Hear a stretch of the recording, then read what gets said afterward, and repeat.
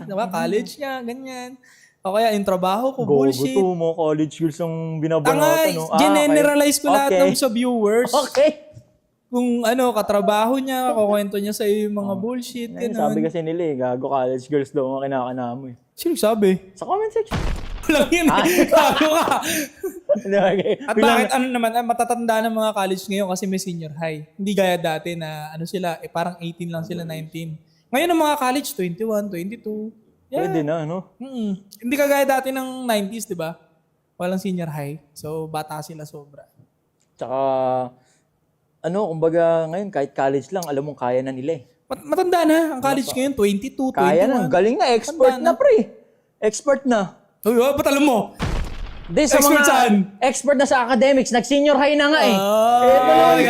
Galing. Nalusot. Ito naman kung gusto niyo ng pangalawang Galing, tuloy galing. sa buhay. Yan. Kinat bigla ako, maya pa.